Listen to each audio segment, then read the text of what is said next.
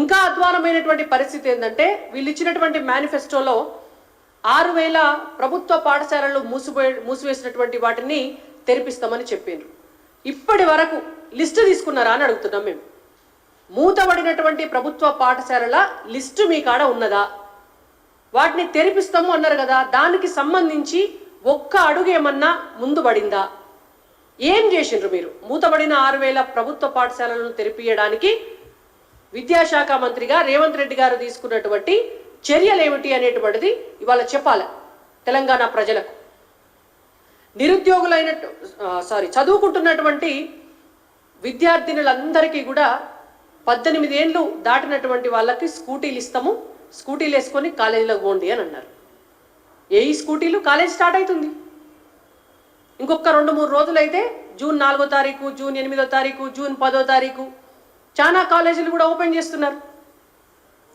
మరి అలా మీరు స్కూటీలు ఇస్తలేరని కాలేజీలకు పోవద్దని చెప్తారా మరి ఆడపిల్లలందరినీ? ఏమైంది స్కూటీలు ఇచ్చేటటువంటి కార్యక్రమం అని చెప్పి రేవంత్ రెడ్డి గారిని ఇవాళ మేము అడుగుతున్నాం.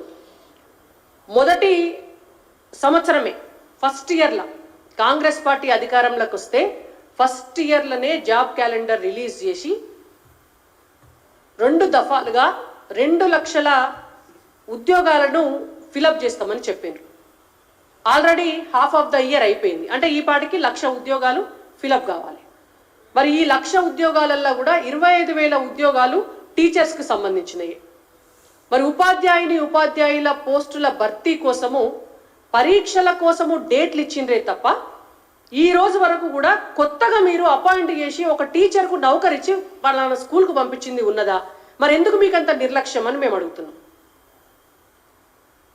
చదువు కంటే ఇంపార్టెంట్ అయినటువంటి విషయము ఏముంటుంది ప్రభుత్వానికి?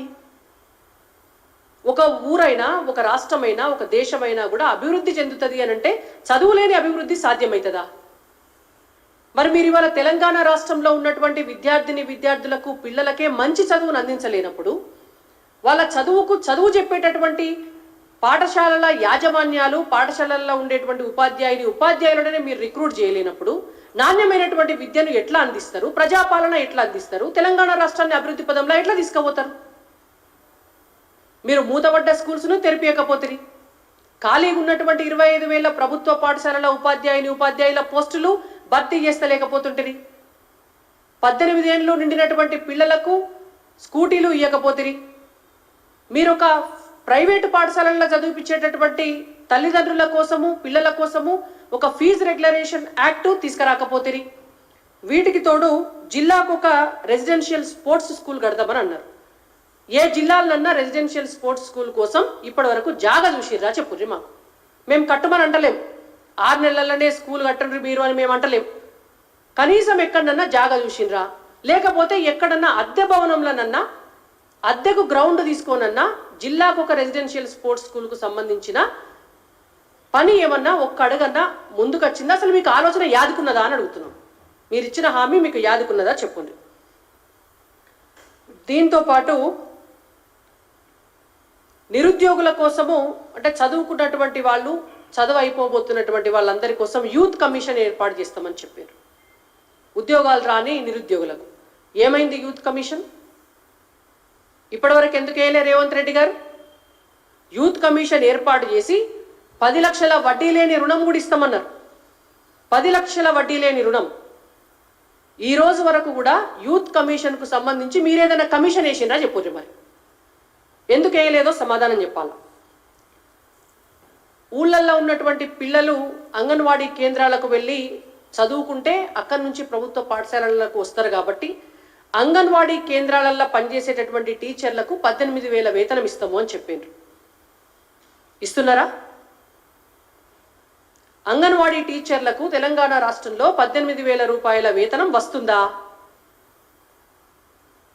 అంటే అన్ని హామీల లెక్క ఇది కూడా దొంగ హామీ. రేవంత్ రెడ్డి గారు ఇచ్చినటువంటి దొంగ హామీలల్లా ఇది ఒక హామీ. ఇంకా అన్నిటికంటే ముఖ్యమైనటువంటి అంశము బడ్జెట్ కేటాయింపుల్లో తెలంగాణ రాష్ట్ర ప్రభుత్వము తెలంగాణ రాష్ట్రం ఏర్పడిన నాటి నుంచి ఆనాడున్నటువంటి బీఆర్ఎస్ పార్టీ 2014 నుంచి 2023 దాకా దాన్ని ఏడాదికి ఒక పర్సంటేజ్ తక్కువ చేసుకుంటా 14 నుంచి 13, 12, 11, 10 అట్లా తక్కువ చేసి దాన్ని 6%కు తీసుకొచ్చి, అంటే విద్యా వ్యవస్థను మొత్తం నిర్లక్ష్యం చేసి బడ్జెట్లో విద్యా వ్యవస్థకు విద్యాశాఖకు కేటాయించినటువంటి బడ్జెట్ లాస్ట్ ఇయర్ బడ్జెట్లో 6% మాత్రమే. అయితే దానిని 15% చేస్తాము, అంత బడ్జెట్ పెంచుతాము అని చెప్పి కాంగ్రెస్ పార్టీ ఎన్నికల మేనిఫెస్టోలో పెట్టింది.